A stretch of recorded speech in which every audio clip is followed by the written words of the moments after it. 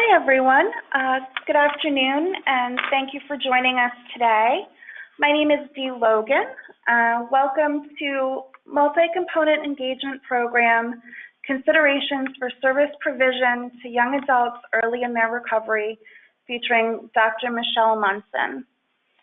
Before we get started, I'm just going to go over a few housekeeping items. So please note that this broadcast is being recorded and will be available soon for viewing on the Transitions to Adulthood Center for Research's website. We recommend that you move away any electronic handheld devices from your computer and speakers if you're using them. We also recommend you close any and all file sharing applications or streaming music or just video. If you're experiencing any audio problems, you can check your settings in the Go to Webinar Audio tab. And also, if you're having any difficulties, you can either use the Questions tab to send the organizers a message, or you can email me at deirdre.logan@umassmed.edu. If you're calling in over the phone, we recommend that you enter your unique audio PIN. And so you know, we will be having a live Q&A session after the presentation. If you do have questions for the Q&A session, you can type them into the Questions tab as you think of them. You don't have to send them all at the end. Just want to go over our funders really quickly. So the Transitions ACR is funded by NIDLR and SAMHSA and is housed within the UMass Medical School's Department of Psychiatry. And the contents of this presentation were developed with funding from NIDLR and SAMHSA. And now I'm going to turn it over to Dr. Munson. Thank you very much. Hi, everyone. I also want to just take a few minutes to thank the Transitions to Adulthood Center for Research and iSpark for this opportunity. What a pleasure it is for me to have the opportunity to do this webinar. And I want to thank you for being here and taking the time to listen and hopefully have some good conversation at the end. They've asked me to first introduce myself, so I will briefly do that. I'm a professor at NYU. I teach social work practice, and also conduct research on services and programs for youth and young adults. And our team here at NYU is working to develop understanding on how to improve the experiences and the lives of young adults with serious mental health conditions. I was formerly a clinical social worker in mental health and an organizer working on a state-funded project in New York to keep young people with serious emotional disturbances in the community with their families, as opposed to living in residential facilities. And our most recent work, which I'm going to talk about today, has been on developing and refining and also testing interventions for transition-age youth and young adults from low-resourced communities to both improve engagement and ultimately improve functioning for youth and families. So I'm going to talk about an engagement program called Just Do You, designed with and for young adults, really to encourage them to stay engaged in their recovery. Just Do You is delivered when a new client begins an adult recovery and rehabilitation program, and it's important to note that it's delivered during the intake process to reduce the number of clients who never get started with the program. The program is called PROS, which stands for Personalized Recovery-Oriented Services, and it's a statewide recovery program that includes evidence-based practices and clinical treatments. The objectives of the webinar are to articulate why we need to focus on young adult engagement strategies, which we call the need-use puzzle, to talk briefly about mental health recovery and resilience, to describe the development of Just Do You, which has been going on over a number of years, and talk through the intervention modules, to introduce our current study and share some early preliminary results, and then to end by sharing some take-home points to consider together as a field as we continue to work to enhance recovery and resilience for young adults. So young adulthood is important for us to focus on because of this need-use puzzle that exists. You can see here from the Center for Behavioral Health Statistics and Quality Data, those who are 18 to 25, represented by the circle, their rates of serious mental illness are around the mean and then peak at 2014 at about 5% of the population. Those 25 to 49 are also at about 5% of the population experiencing serious mental illness in the past year. And that's in contrast to those who are 50 or older, represented by the bottom line, having the lowest rates, down around 2 to 3% of the population. We also know from research by Kessler and colleagues that 75% of mental health conditions will have their onset by the mid-20s. So this is to say young adulthood is a time of great need. It's a time of stress, transition, and change, which many of you know, but we need to continue to remember that it's a time when symptoms often emerge. It's a time of need. At the same time, we see that year after year, young adults receive mental health services at a lower rate than any other group, with only about 50% receiving help, 50% of those with a serious mental illness receiving help. And this is what we mean by the need-use puzzle. This is sobering somewhat because we've seen that people can find their path to recovery, that people are resilient and people can get better. It's critical to state that there's many reasons for young adults not receiving care. Lack of access, no insurance, financial barriers, among many others. Our focus is on young adult decision-making for those who have found initial access. Clinical directors reported to us that large numbers of young adults show up to adult community-based programs, but they drop out during intake before receiving any of the services the program could provide them or help them with. And so that's what we're focused on in Just Do You. So mental health recovery, just a note, right, is an individualized journey of healing and transformation. And we know for each person, the journey likely changes over time. And that's important to note. So it's individualized, it can change over time. We also know that recovery, that overcoming the negative impact of a serious mental health condition often requires some key areas of focus that have been found to be helpful for folks, that have been found to be helpful for recovery or for what some people call resilience and bouncing back.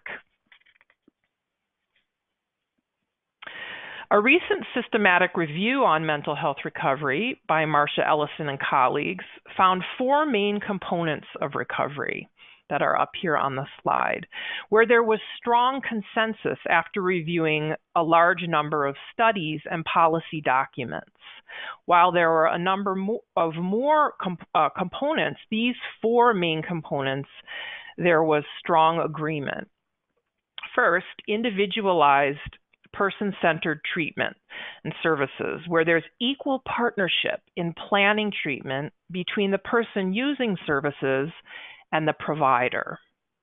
Also, services that have an empowerment focus, where service users are in control of their life, their choices about their life. Also, services that focus on purpose and remember purpose for young adults' lives, where there's a focus on making your life meaningful and purposeful in relationships and in community. And lastly, and key to so many folks' recovery, hope, remembering to focus on possessing or instilling hope for a better future. And while there are many other elements of recovery, this systematic review, I believe, reported around 17, folks debate them, but these were the most often agreed upon components of recovery. And help seeking is one critical and central to recovery into these components. And so let's think for a minute about help seeking. And again, we're thinking in the context here of young adults. So Deborah Rickwood and colleagues describe help seeking as a learning process, as first, an important first step in improving one's mental health. Second, the process of seeking out helpful relationships, seeking out social relationships, either formal or informal, or both, to help with emerging problems. And third, as a complex process involving awareness and appraisal of a problem, the ability to express the problem and need for support, relying on accessible and available sources of help, and a willingness to disclose relevant information. And young adults we talk to in our research over the years are often right in the middle of this complex process. In fact, many people are in the middle of this complex process, but young adults are asking themselves often while they're thinking about help seeking, do I have an illness? Do I need professional services? It's critical for young adults to be able to process these questions, which often come up in the intake process and therefore are part of the Just Do You engagement intervention. An important aspect of designing any intervention is to consider the developmental stage of those you're trying to reach, right? So elements in your intervention would be different for a 9-year-old than they would be for an 18-year-old. So when we were thinking about Just Do You, we began to think about what do we know developmentally about young adults and how can that information help us as we think about developing an intervention. One thing we know is psychologically, young adults are asking themselves big questions about who they are related to work, relationships, and citizenship. They're beginning to form their identity. And while this goes on throughout life, it's importantly beginning during these older youth and young adult years. And for young adults experiencing a serious mental health condition, that's no different. And yet, they have told us they are also wondering about additional questions. Can I be who I want with bipolar? Can I do the job I want to do with depression? Can I still have a partner and children? Our intervention aims to provide space to talk about and validate these big questions as well, and to encourage the participants to also bring these questions to their therapists and their providers in the larger program, the Personalized Recovery-Oriented Service Program. Socially, young adults want connection. They want connection with peers. It's a time where people are focused on being with others their age. And we know we have to make the program appealing. We have to think about strategies to make our programs appealing to young adults. And we hypothesize that having others that they relate to involved in various aspects of our intervention will lead to increased investment, increased comprehension of the content. And biologically, the brain, and particularly the cognitive architecture, including the prefrontal cortex, is still developing in important ways. And this influences all of these important processes, including reasoning, planning, and decision-making, which we're interested in. This doesn't mean that young adults are not able to make decisions. Rather, it means that they must work harder to make responsible choices, including the choice to come to daily mental health appointments again, at the larger program that we're interested in engaging them in. So mental health interventions overall must provide perceived rewards, help youth become who they want to become, enhance relationships, and be relevant. Be relevant for young adults that we're trying to serve. With the need-use puzzle clear, our team began to think about and to ask questions about intervening to improve engagement in treatment.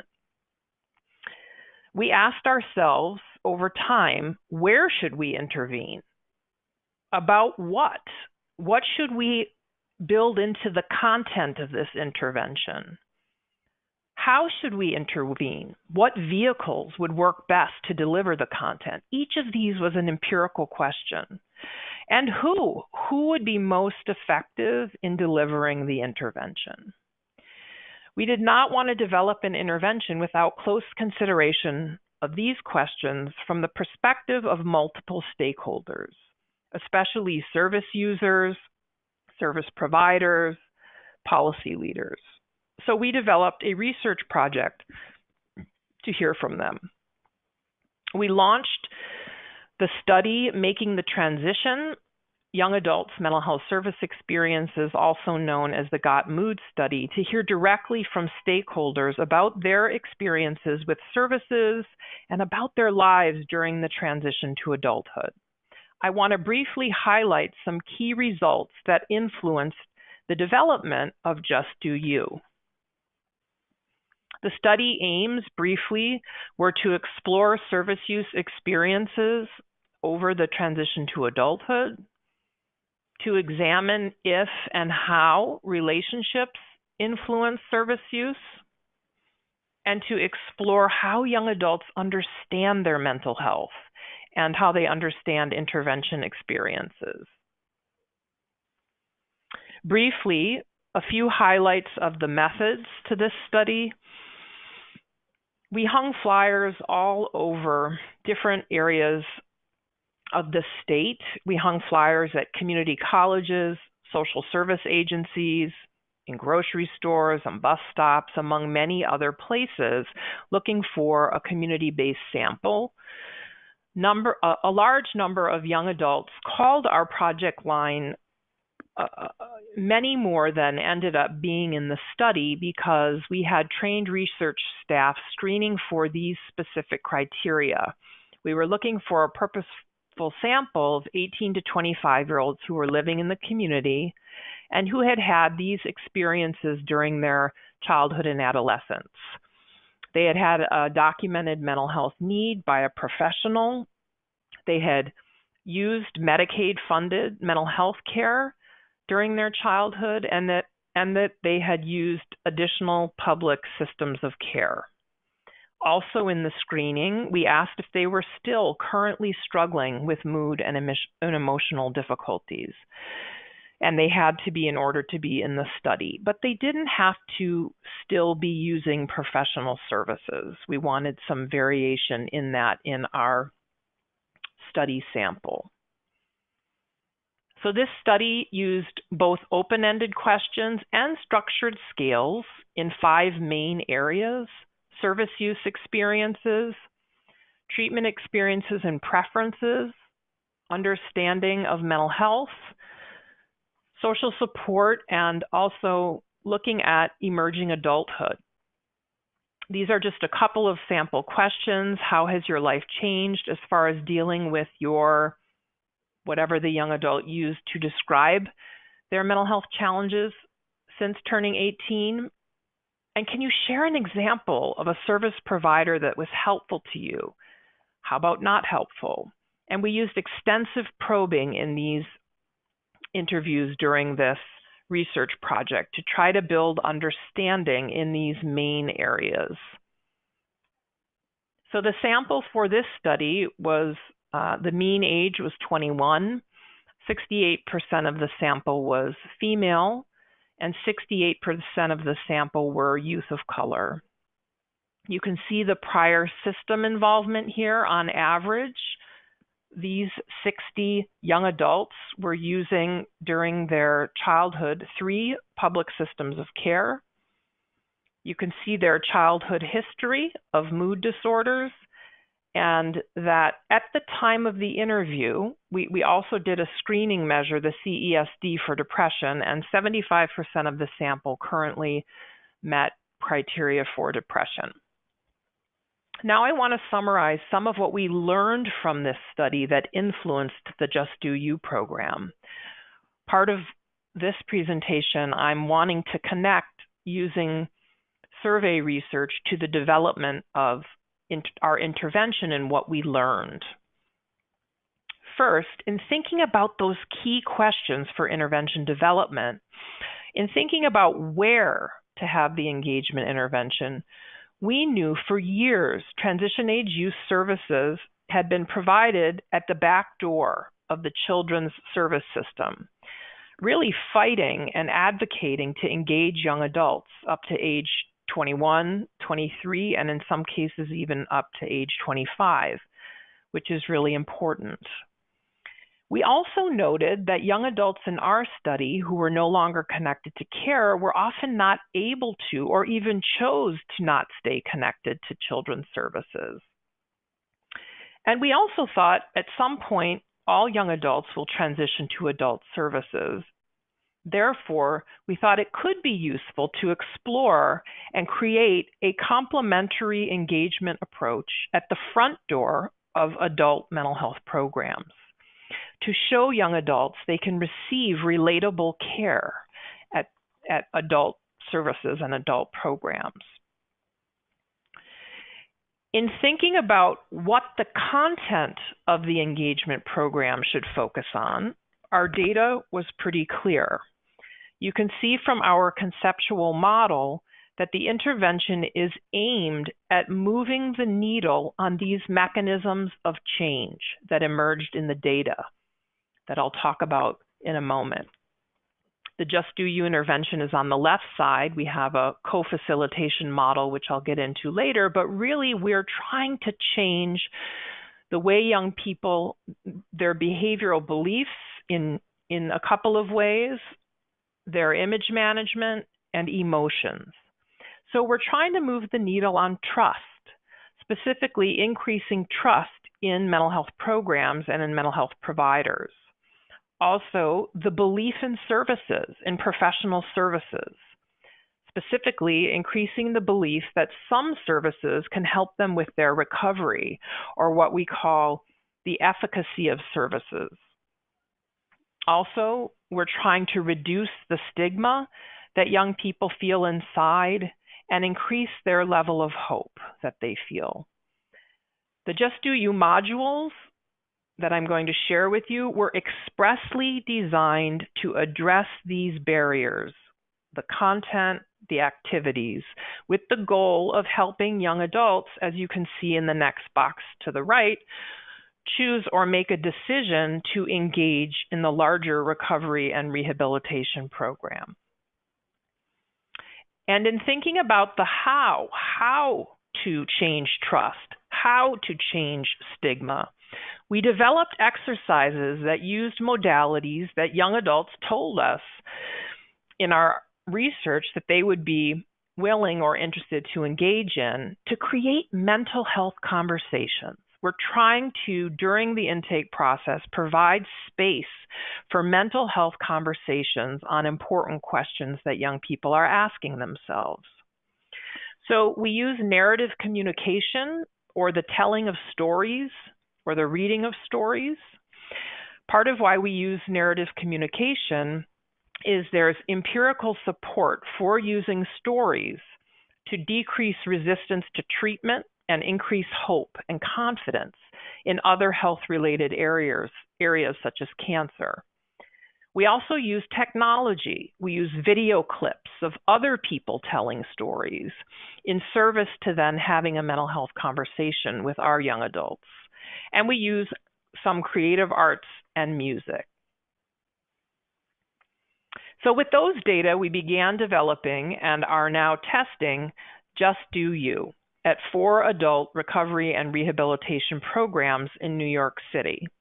It's important to note we pilot tested Just Do You many times and learned directly from stakeholders which exercises were the most helpful and which were less helpful, and we've adjusted along the way.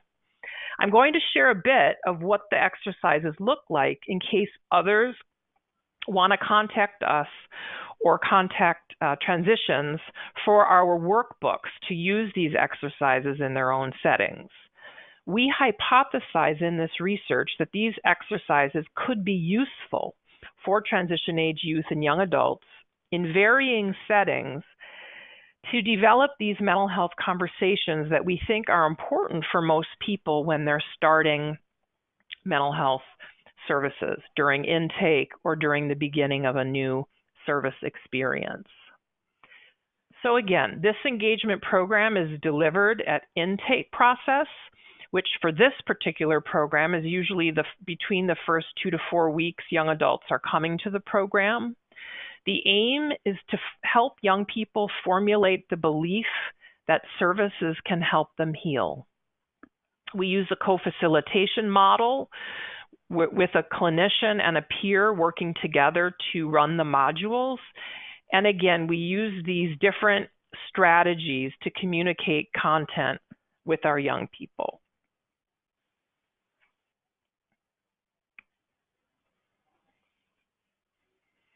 And again, you will see hopefully in the exercises how we are working to change specific empirically based mechanisms of change, to change ultimately one's decision to engage in treatment, to change trust, to change thoughts about services, reduce stigma, and increase hope. We have, starting here, the next few slides come directly from our youth workbook. We have 2 90-minute modules. In the first module, we introduce key concepts of recovery, stigma, trust, understanding services in the program, and hope.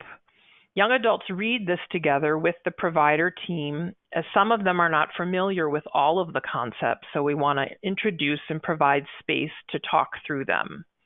And they've reported to us enjoying this process just to get going of reading and talking together about these concepts. We also read through the guiding principles of recovery and discuss them. And our provider team often does an exercise of asking young adults which of the 12 principles of recovery they relate to and why. It leads to a conversation that we hope continues with their therapist. Again, it's important to note that at the outset of the study, we had meetings with all staff at the larger programs so that they knew that young adults were what they were learning, and that we were encouraging the young adults to continue the conversations that come up in Just Do You with their providers in sessions. In Module 1, we take time to validate the need to build trust in providers and in clinics. And we also acknowledge that some young adults are not fully aware of what all the services can offer them and how they work. We engage in a set of exercises that are young adult focused, that we designed to improve the likelihood that young adults will feel there's a place for them at the larger adult program. The exercises on trust are important, as we heard repeatedly that young adults lack trust of people in general and specifically mental health services. For example, you can see some quotes from our research here. One person saying, "I do not trust that professionals want to help me." So we developed activities we do right away during intake to directly address trust, knowing young adults are likely coming in with mistrust of others and mental health services. First, our provider, who is a service user, has a segment that they've prepared starting in our training, and then they bring in each time they do this module to share about their own journey. And each provider has a varying journey, but some aspect of their own journey in developing trust in providers. We then have space for a conversation about any past experience our participants have had with mistrust or with trust, and we create, again, a space for a mental health conversation. Then, together, providers and young adults use a flip chart to brainstorm characteristics of a trustworthy person or a trustworthy provider. And you can see up here on the slide, we start with a couple of examples that have come out in our data, like consistency and reliability, being honest, and then the group adds additional aspects. Just Do You also models trust between clinicians and service users, as the two providers model working together and that there can be trust between them throughout the modules they're performing at the clinic. Another common barrier young adults need to work to process is stigma. You can see some quotes from our research here, with one young adult summing this up in saying, "They think of you a different way. They judge you." We designed Just Do You to address this barrier head-on as well and begin to talk about it during the intake process. The program is designed to address stigma through the use of narrative mental health communication. First, we have our provider discuss overcoming stigma in their journey, which leads to a fruitful conversation about the difficulty of stigma and strategies to deal with it. And then we watch a short video clip of a celebrity talking about experiencing stigma, accepting his mental health challenges, and using services as needed. And you can see we have a space on the right for our providers to choose a different video if it's more relevant for their population. The short segment is with Meta World Peace, and it allows the young adults, again, to have a mental health conversation and realize they are not alone and that others are fighting stigma as well. It's much more common now to hear professional athletes, celebrities, many people talking about their own mental health challenges, which is so fantastic. We developed this intervention some years ago, and Meta World Peace was one of the first to begin speaking out around a decade ago, and he speaks very honestly about stigma. Our young adults relate to hearing his message in this clip. It's important to think about choosing videos that are relevant to your demographic and, of course, updated with the times. Again, luckily, there are a lot more to choose from now and with each year. Regarding young adults' views on whether professional mental health services can help them, we hear things like services are pointless, or I can just get help on the streets. Young adults also express that they do not know what CBT or DBT really does or how their medications are supposed to work. So we wanted to create exercises to try to provide education on some of the key aspects of cognitive and behavioral interventions, which are evidence-based and commonly used in community mental health, and try to do that in a way that will interest young adults and engage them. So we spend the final segment of Module 1 talking about CBT in a way we hypothesize will capture the attention of young adults.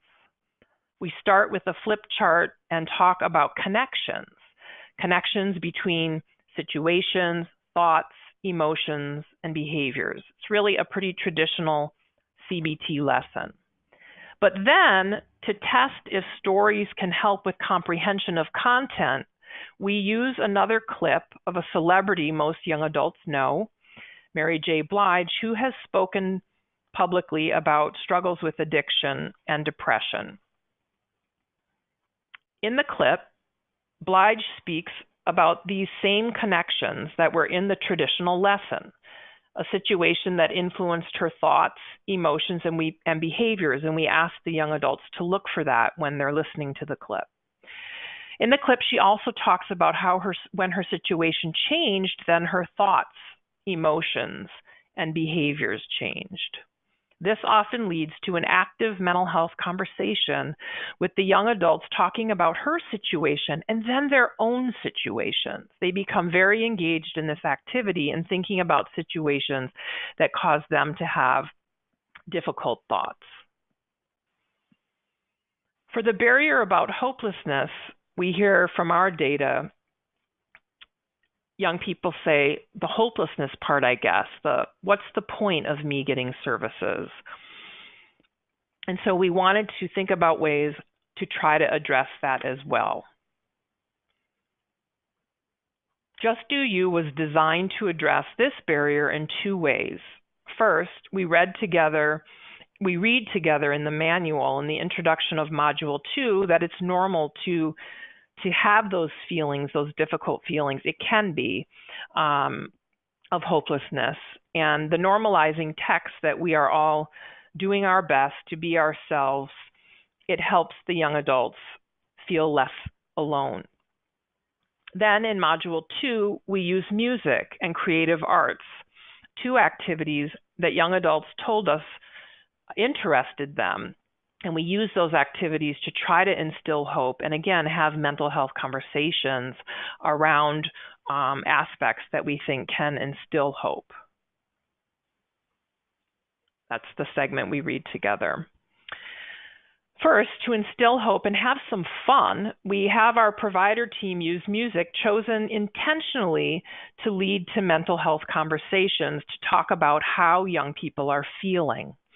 This experience lightens up the session and hopefully helps young adults see that the larger program can serve them in young adult-focused ways, in ways that interest them. And you can see a list of songs here that we chose when we were developing this intervention with a variety of stakeholders. And of course, since we've been doing this, the list has grown.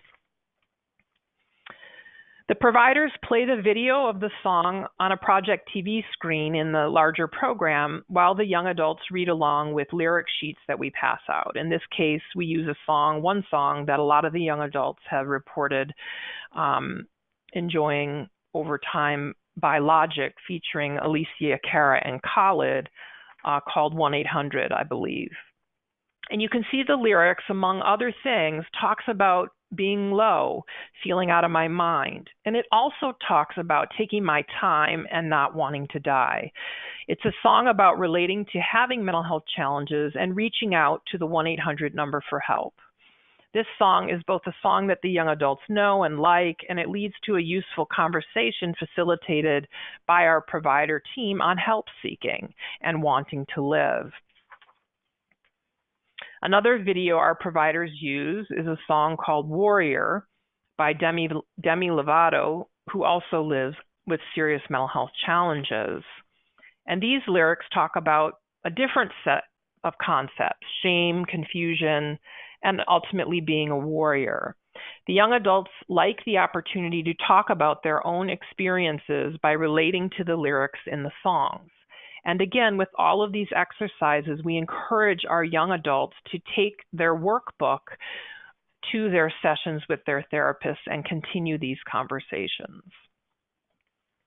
Then in the second half of Module 2, we use art to create space, to imagine and to discuss the future, to imagine and visualize goals for the future.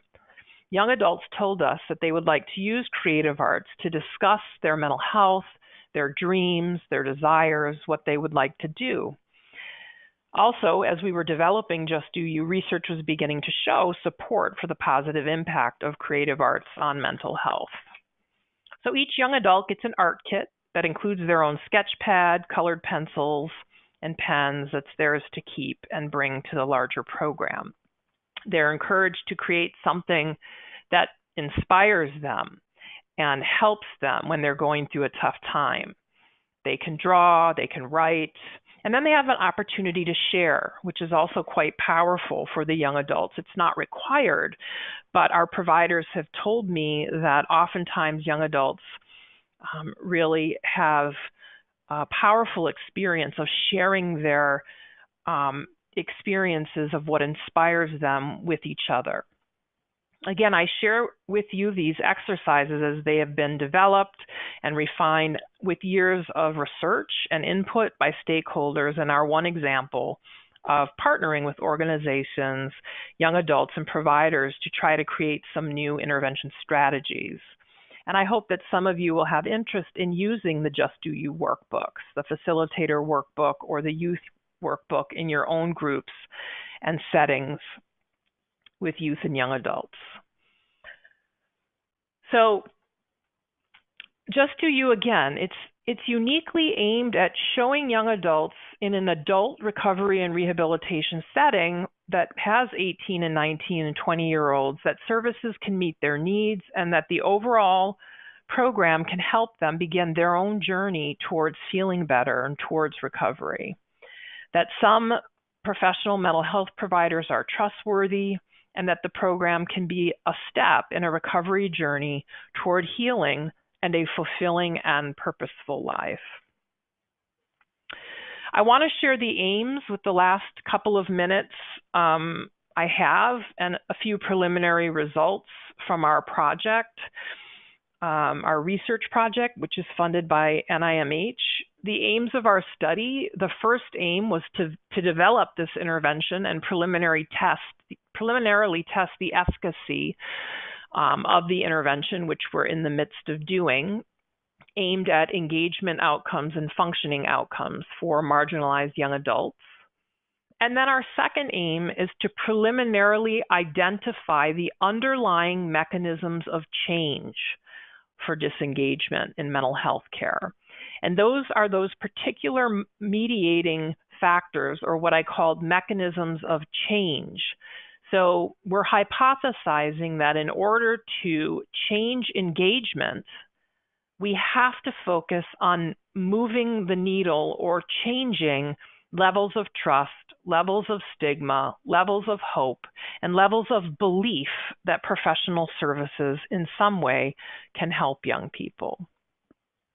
Our current study is a randomized controlled trial. We have two arms: the Just Do You arm, or intake as usual. We're recruiting 195 young adults with serious mental illness. And the main outcomes we're looking at are adherence to the overall program, which is attendance to the larger program, also attendance at therapy appointments and adherence to medication. We have measurement on their level of engagement in the larger program, and we're looking at some traditional mental health symptoms and functioning outcomes. And of course, in order to achieve our aims, we're also looking at outcomes in those mediating factors. So far, we've enrolled 88 young adults. The mean age is 26. Their majority are male, and you can see here the answer to the question, how do you describe yourself in terms of your race, ethnicity? 43% identify as African American and Black, 30% Latino or Hispanic, 18% bi or multiracial, and fewer identify as white and Asian. As far as primary diagnosis of our sample, 65% primary diagnosis is schizophrenia spectrum, and 31% bipolar disorder, with much fewer having depression and anxiety. You can see there's a heavy reliance on public systems of care, and 91% of the sample has been hospitalized. Finally, we've examined a few outcomes early on of those in the Just Do You group using paired t-tests at baseline and post-test after receiving the modules. And so these are some very modest preliminary results. We've seen significant change in level of engagement in the larger PROS program, the Personalized Recovery Oriented Program. Again, level of engagement is a number of items, such as the one you see on the screen. I'm fully invested in making use of the services the PROS program is providing me. Also, we've seen a significant change in adherence to treatment in the past week? How often have you gone to personalized recovery-oriented services? And while not significant, I looked at trust, and it's trending in the direction. It's 4 items asking about trust of the mental health staff and other elements of the program. So a few take-home points before hopefully some questions and comments. Young adults can be engaged at the front door of adult programs, but they need opportunities to talk to others about how they're feeling in adult settings and listen to each other, especially early on, we hypothesize during intake. Also, wait lists can lead to disengagement, young people having to wait to enroll in the program without any engagement or activity. That there are some common thoughts and emotions that impact disengagement, and as a field, we need to continue to think about addressing them in addition to addressing access and financial barriers. And we think through mental health conversations and talking about these aspects can help young people.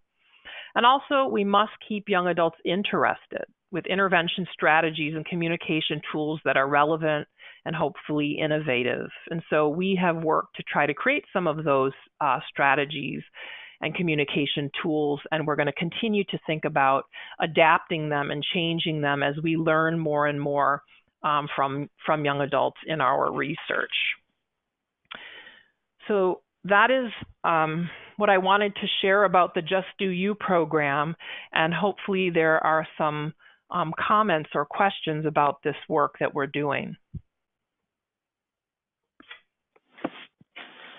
Thank you, Dr. Munson. That was the Just Do You intervention. Sounds like a great way to get young adults engaged, and hopefully you'll learn more as the study continues. We do have some questions, and the first one talks about the fear of losing relationships, even friendships, circled around substance use. The conflict is devastating for those we serve. Can you share your experience with youth who may have feared seeking help and the distance it may create in their relationships?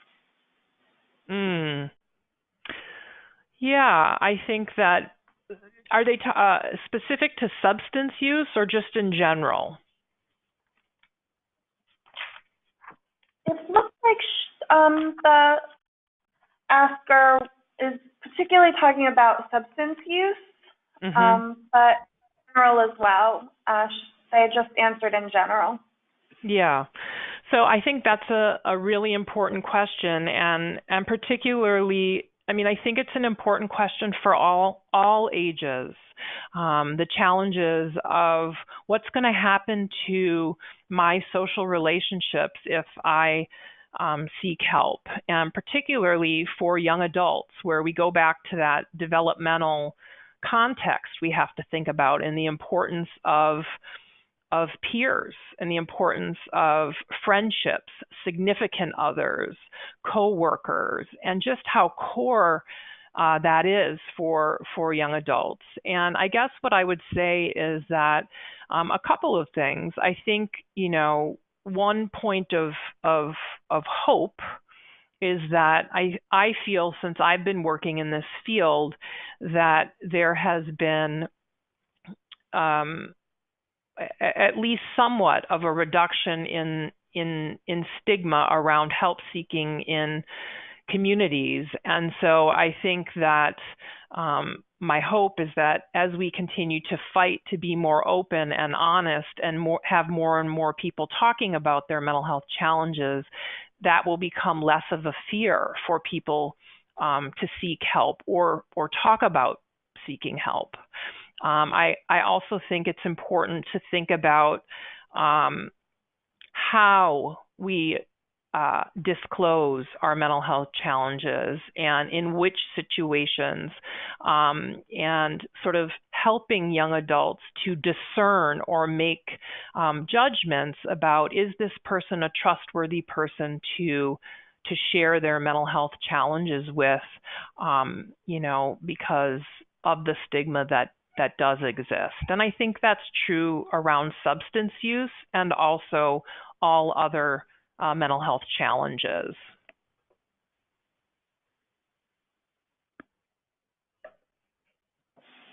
Okay. So we've had a whole bunch of questions come in. Dr. Munson is going to send us a link that we'll be able to share on our website for where the workbook materials are. And the webinar is being recorded, so the webinar and the slides will be available on Transitions ACR's website. So some other questions are, do the peer and clinician from Just Do You, have they engaged with the participants as they move forward in the adult mental health programs, or how long do they stay with the young adults? Yes, that's a very, very good question. And as I said, we've piloted Just Do You a number of times. And this core question is one thing that changed because of the importance that when we did participant research, providers and service users told us in the organizations, wow, these providers during the Just Do You modules have begun to develop a relationship. So can we think about ways to continue that while the young people are in the program? So in this current trial, our providers who are service users themselves, who, by the way, are using the same program, not at the same site, but they're very knowledgeable about the larger recovery and rehabilitation program, they do one-on-ones with the young people who have been through the modules for up to a month after they've gone through the modules, because they, again, have credibility. They have a relationship. And so we didn't want that to end right away. So the young adults do one-on-ones either within the program or in the community together with the young adults. The licensed clinicians also work at the PROS programs, and so they may have that clinician as a leader of another group in their overall curriculum. So in all four cases, they do continue relating to the young adults for some time after the modules are over.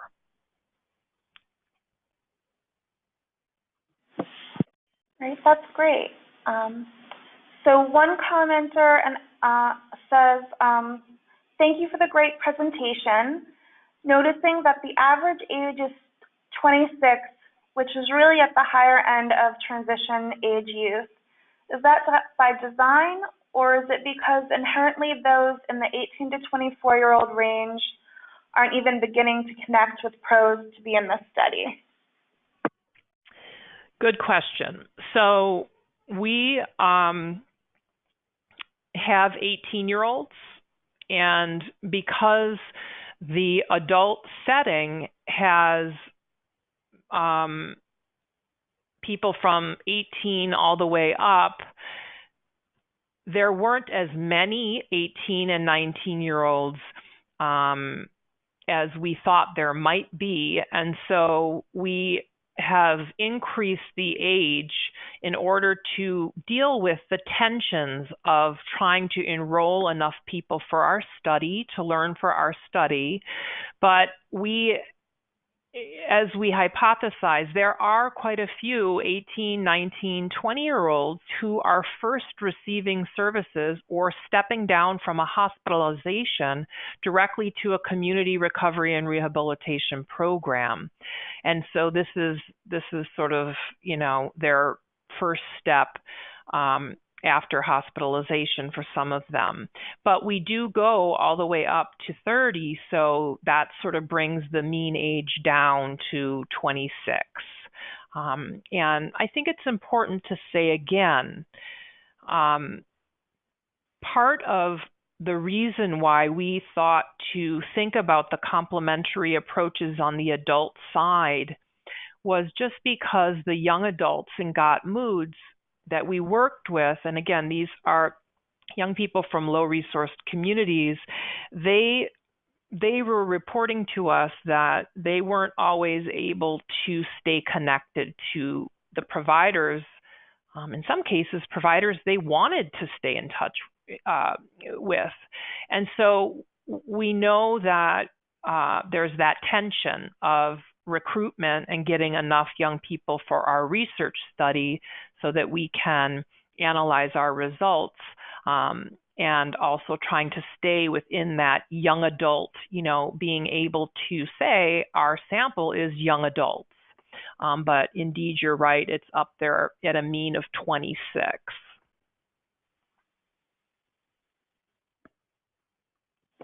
Okay.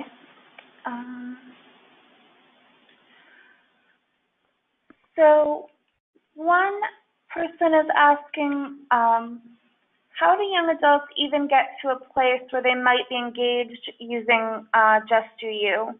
What happens with those that are treatment weary? Well, I think that when they come into the larger program and they meet with the intake staff, and they fit into the criteria of our research study that happens to be going on, they're invited to an introductory meeting with one of my team members just to hear about the program. And so we have young people who come for introductory meetings who decide not to be part of the research project. And that's absolutely fine. It's a completely voluntary study. I will say that I think some young adults who are all over that spectrum agree to come into the research study, are questioning the research study, don't want to become part of the research study at all. They vary also at sort of weariness of treatment. I think that's actually common among all young adults, but it's important to note that nobody is required who comes to the larger program to go through Just Do You or be in Just Do You. So when people give us a no, they go through intake regularly and they start their curriculum at the larger recovery and rehabilitation program. Okay. I have one last question I'm going to be able to get to.